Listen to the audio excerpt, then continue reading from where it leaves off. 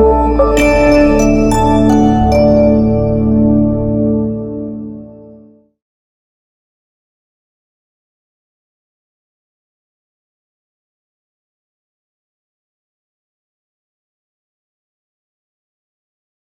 morning. My name is Blake Kurd. I'm the senator from District 12 in Sioux Falls. I have the pleasure of serving as the South Dakota Senate Majority Leader.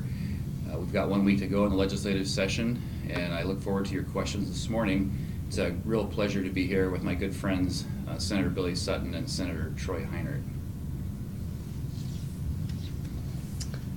Welcome, State Senator Ryan Maher, District 28, which encompasses all of northwestern South Dakota. As the senator said last week, but we've also entered into the budget negotiations, trying to talk about the financial picture of the state, looking at different options of where to spend some money and put some money, and trying to shore up different programs and make sure that we can leave the state in a good financial position before we leave. Billy Sutton, District 21 Senator and the Senate Minority Leader. Pleasure to be here. I would say that this type of thing doesn't happen very often, to have both the minority leaders and the majority leaders in the same press conference, but it's kind of fun to shake things up a little bit. And I think I speak for Troy and myself in that we consider these guys friends, and just want to focus on how we get things done by working across the aisle. And even though we might disagree, we don't have to be disagreeable. And at the end of the day, we still walk away as friends. 1 week left. We have a lot of things to determine yet in the budget. As far as this week goes, we were happy to see the state veterans cemetery bill move through the Senate, and much needed, and had a good discussion on it. And so I'm glad we were able to get that done. And so with that, I'll turn it over to Senator Heinert. Well, good morning. Senator Troy Heinert, District 26 from Mission. I'm excited to see where this next half hour goes, sitting with our good friends on the other side of the aisle. So I'm ready for your questions. Thank you.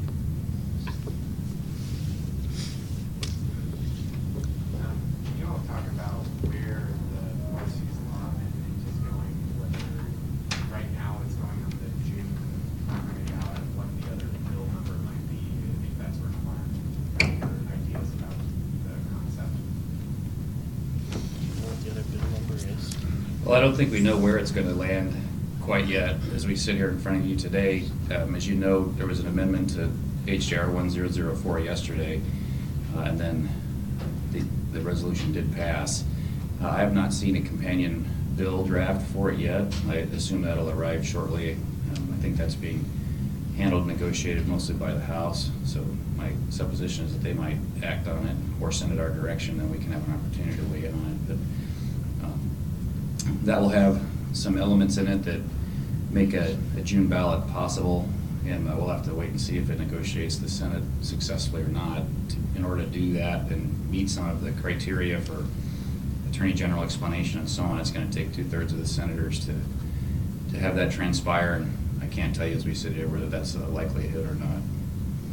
I think from our perspective, and it seemed like there was pretty broad consensus that it needed to go on the ballot. I mean, it was a compromise from both sides of the issue that came together, and we're trying to find a solution to something in our Constitution that has proven to be a little bit problematic, especially for our counties. And so I think there was broad agreement that we needed to do something. I think from our side, we just simply disagreed with putting it on the primary versus the general. And because we felt that that's going to lead to a smaller percentage of people effectively changing the Constitution, just because fact remains that primary turnout is very much lower than general election. So that's kind of where we were at on it. Look forward to see what the following legislation looks like and what that cost is going to be as it relates to the primary. Maybe as a follow-up to the Democrats, are you concerned about the ideas of this specific amendment being put on the June ballot, or sort of creating a precedent of a potentially more controversial idea that we No, I mean, I think we're more concerned about the precedent. I mean, I think it was mentioned this has maybe happened one other time relating to the cement plant sale, potentially.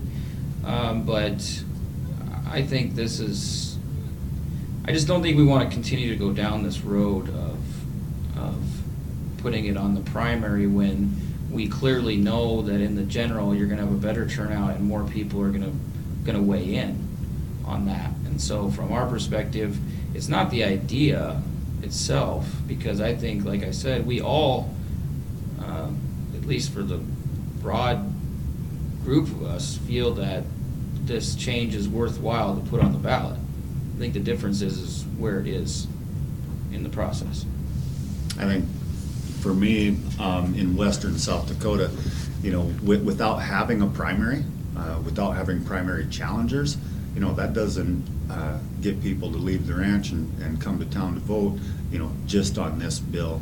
Whereas in a general election, you know, they're gonna be voting for their candidate, and that gets them to town to vote. So I just think it's a bad idea. The cement plant was a special election, wasn't in a primary.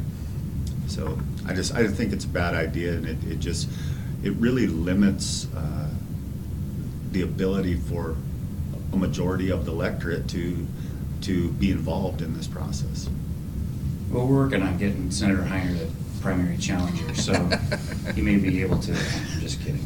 In actuality, I understand the concerns, but I think voter turnout remains a challenge, whether it be primary or general election, and I think both parties would like to see more of their registered members show up whenever there's a ballot. And I think there's a real opportunity here to gain more interest in the June primary should a constitutional amendment make its way onto the ballot, and it certainly could increase primary turnout. We certainly would like an engaged public. I believe that there'll be significant attempts to move Marcy's law by the proponents, and so I think there'll be plenty of exposure to the fact that there's going to be a potential constitutional amendment in June. I understand it's out of the ordinary. We're not breaking new ground here. But should the Senate decide and the House concur that that's the best place for it, I think that's the direction we'll head. And you know, it could actually be something that stimulates voter interest not only in June but all the way through the rest of the year into November. So I think the ramifications remain to be seen, and we'll have to see what the will of the legislature is here, and then the governor, of course, because we can pass whatever we want. He might veto it. If he does, we'll have to consider an override at some point. So we'll have to wait and see. One of the other things I've seen is some potential savings by putting it on the June primary ballot.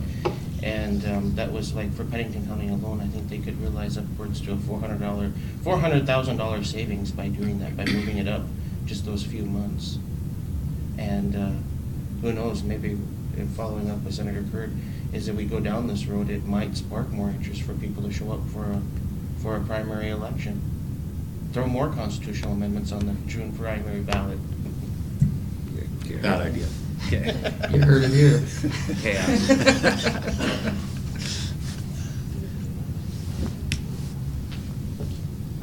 There are a pair of bills, Senate Bill 214 and House Bill 1311, that deal with increasing legislator pay. Do you have any opinion on that issue? And it would go into effect as written in 2019. Any concerns about finding the additional revenue this year to make that a reality for 2019? For me, I don't know that we've really taken a caucus position on it, but for me, right now, I'm opposing measures like that. Looking at the numbers that we have for our budget and the priorities that we need to be looking at, I think that there are higher priorities than legislator pay for me at this time, and that's the position I'm going to take. There's no doubt at some point there probably needs to be a deeper conversation about legislator pay, but I personally don't believe that pay is the reason that you serve.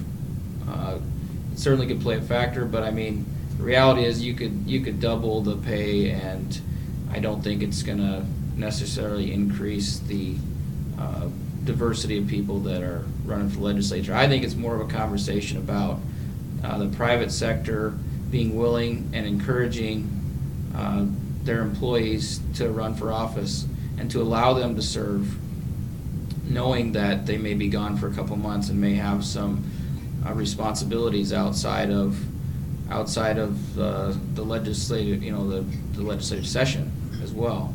And so I think it's a broader conversation about encouraging public service as it relates to the private sector. Because what you have out here right now, and I'm a perfect example of that, is that if my employer didn't allow me to come serve, I wouldn't be here whether I was making $6,000 a year or $12,000 a year. It wouldn't matter. $12,000 a year wouldn't be enough. And so my employer allows me to serve, and they view it as important, public service as important. And I think that's the conversation we should be having and encouraging. I'll take a stab at that. So since I first was elected almost 10 years ago, this discussion occurs every year. And I believe that the last time legislator pay was adjusted was 20 years ago or thereabouts. I think it's probably time that the legislature have the courage to act on the issue.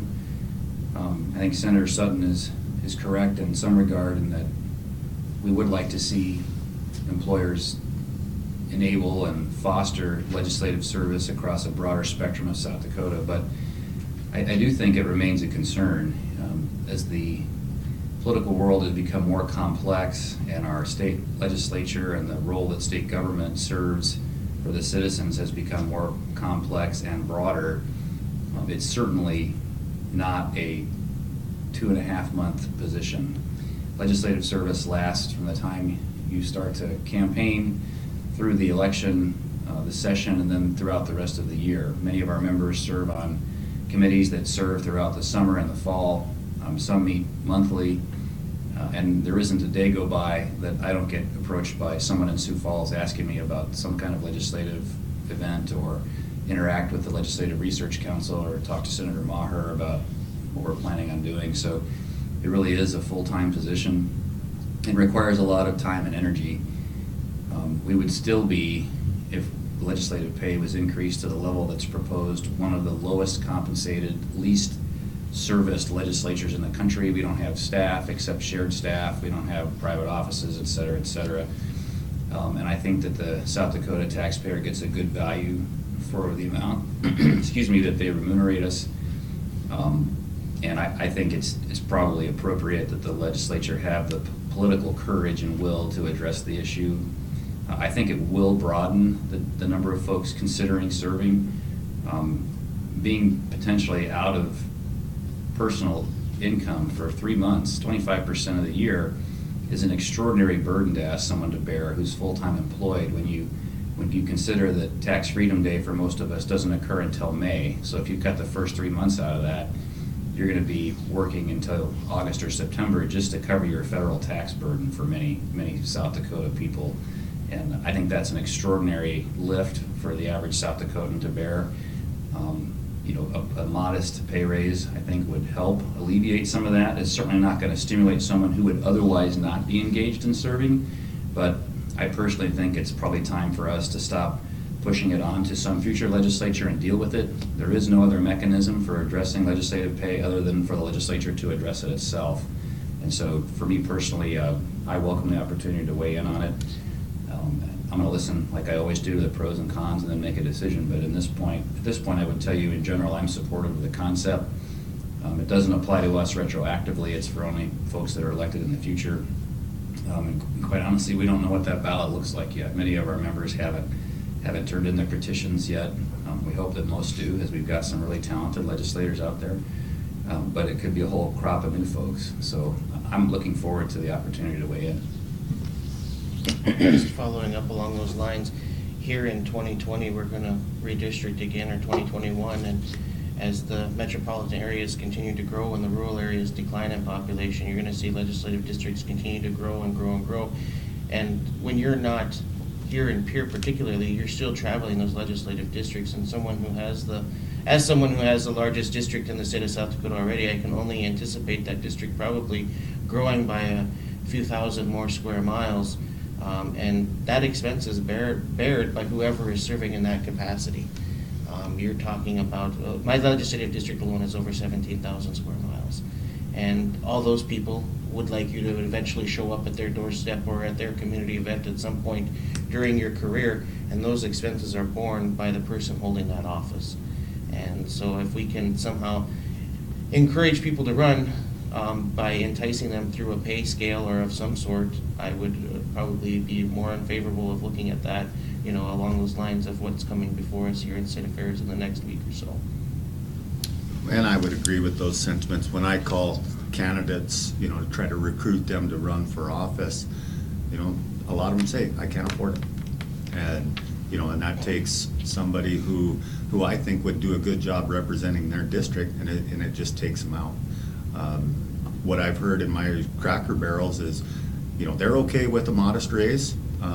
Obviously, they don't want us to come to Pierre and get rich, and I don't think anybody comes to Pierre with that mentality. But I think it's probably time we have the discussion. You see, we are in 75% agreement. Seems like I'm in the minority again. That's just because you're leaving. I was gonna ask about two of the petition bills that State Affairs passed out yesterday, the circulating bills from Representative Tanner and Nicholson. I think Senator Hurd, you were a little bit on the fence with voting for Nicholson's bill. If you've given any thought to how those will impact attracting petition circulators and whether they could actually have the effect of, getting paid people in there and dissuading volunteers. If you have 300 volunteers and you have to print out a sheet for each one of them, for example, would there in any way invest in them? Sure, well, as you heard me say yesterday, it's not that dramatic a change for me. We still have to sign an attestation at the bottom of a petition that you're the person who circulated it. It has to be notarized. So unless someone is trying to willfully commit fraud, I don't see that it is that big of an additional burden. It's certainly a change, but I think it's pretty clear that we would prefer that people from South Dakota circulate petitions as required by law, and that if we can make the attempt to certify that more stringent, I think it's something that we should certainly consider. I think in general the Senate will probably find favor with that, but it is a change. It's an additional burden for a circulator, but not that big a burden with the technology we have available now and the assurance from the Secretary of State's office that those things can be accomplished readily and without any significant delay. I don't think it's too much to ask. Certainly when I get approached at the courthouse in Sioux Falls, I wonder, who is this person circulating? There's been all kinds of options that have been postulated. Some people have said, in fact, my law enforcement friends have said when they go out and try and enforce the law, it's difficult for them because they can't tell who the person is or where they're from. They'll say they don't have their ID on them, etc.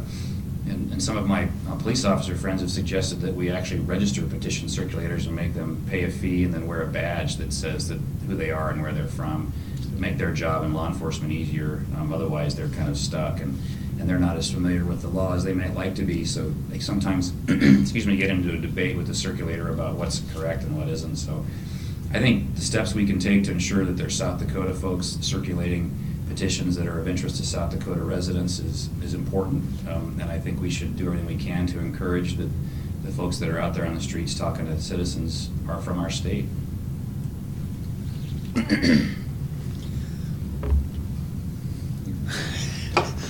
Well, I heard those bills as well. To me, I think the one bill was almost written out of spite. What I think we should be doing is doing a better job in the legislature. I think if we were doing a better job here, we wouldn't see as many bills or as many measures put straight to the ballot. And part of that is a good, strong two-party system. I think we would get better legislation through the session, and we probably wouldn't have to deal with this as much. But now, the voters have realized, hey, we can bypass the legislature, just go straight to the ballot. I guess I would say, as far as those specific bills, I think some of the requirements written, and I know that I think there were 10 bullet points in the one bill. Two or three of them were struck out of there in Maybe four. committee. I still have some issue with some of the remaining bullet points, including having to do with where your kids are going to college, I think was one of them, or what, if they're going to a South Dakota university, I think was one of the bullet points. I don't know why some of those things are really necessary to determine whether you're a South Dakota resident or not, and I think that some of it just becomes kind of onerous, I think, and I think it will serve to have a bit of a chilling effect on volunteers as it relates to circulating petitions. So I clearly opposed it in committee, and I'm going to oppose it on the floor again today. I'd like to ask about SB 187. This is the wine license that passed out in the Senate, and it goes before the House Local Government Committee today. Okay. Developing here is that grape growers are going to appear in opposition to this and testify that, among other things, passage of the bill could put them out of business as grape growers. Just wondering if that new testimony changes any thoughts on the Senate side, or how that bill is going. Anything new there? Well, we're at a little bit of a disadvantage not being able to hear what the new information is, if it is new. Could be same information presented in a different way, you never know for sure. But I think, the debate we heard about it was fairly compelling. As we all know, I believe South Dakota does not have optimum climate for grape growing, and the regions that we can grow it is limited. And so there are businesses in our state that would like to continue to produce, blend, and make wine. I'm sure they would like to do that with South Dakota grapes to the best of their ability to do so, but when there's a dearth of resources, you have to look for other options. I know that there has been a significant amount of discussion amongst the parties to get the bill to where it was when it passed the Senate. If the House State Affairs Committee, is that where you said it was, or Commerce? Commerce? House Judiciary. 187's in House Judiciary? Well, wherever it is, if that committee amends it. It's in House Local Government. House Local House Government. Local Government. So if that committee makes changes to it and changes perhaps the percentage of grapes from outside or fluid, the grape juice, if it changes the percentage, we'll have to address it and either concur with it or send it to a conference committee to hash it out. So without knowing what they're going to do with it, at this point, it's difficult to give you a great answer. But in general, I'm supportive of it the way it came out of the Senate. Yeah, and I think I would agree with those sentiments as well. We didn't hear much for concerns as it relates to the question you posed, but that doesn't mean that those concerns won't come up as the bill changes. It's amazing how a small change to a bill can change the complete complexity and outcome as well. And so we'll have to see what that looks like when it comes back for our concurrence if they amend it on the House side.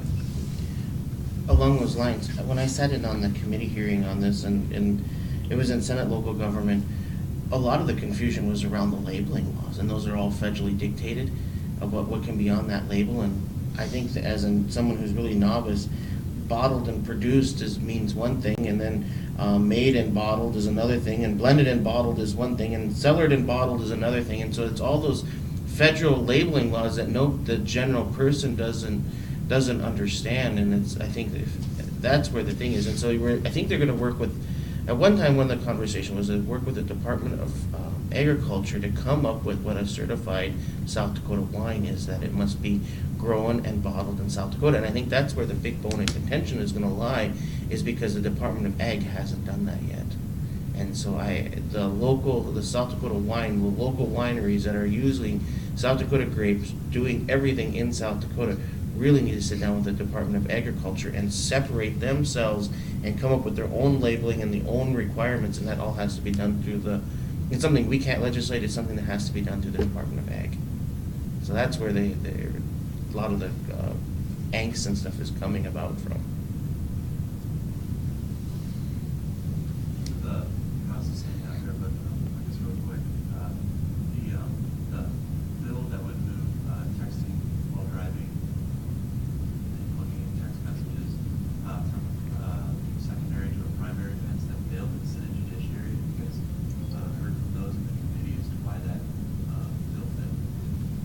I have not heard from them why it failed. I would guess that it didn't meet the merits of passing it based on the testimony they heard in committee, but I have not approached them to articulate the reason why, nor have they offered their rationale behind defeating it.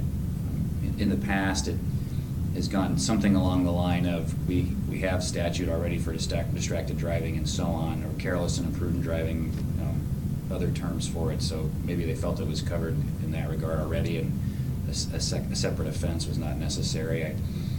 Despite that, I think it is clear that utilizing an electronic device at high speed or even at low speed is potentially problematic, and I think we've all seen videos about that, or crash statistics and so on. What I asked the insurance industry to provide, and have not had a chance to see it, is states that showed a decrease in injury or fatality rates after passing texting as a primary offense, to see if there's any kind of empirical data out there about the results.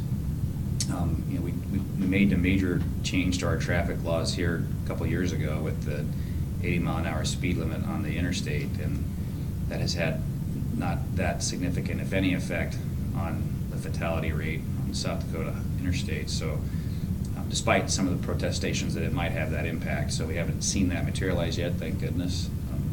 But I'd be interested in the data, and then I'm sure that bill will resurface again in some future legislature.